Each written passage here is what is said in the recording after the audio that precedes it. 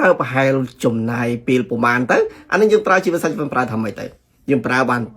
ពី clear ដូចគ្នាដែរទី1 どれくらい時間がかかりますかどれくらい時間が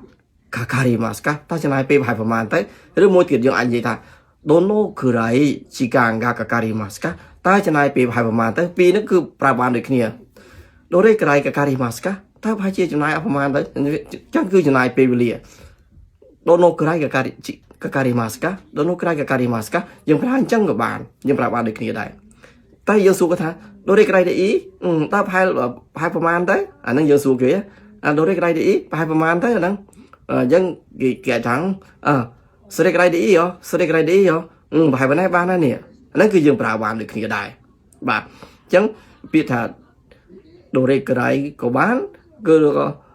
どのくらいក៏បានដែរយើងប្រើបានដូចគ្នាពីរពាក្យហ្នឹងគឺមានន័យតែមួយទេ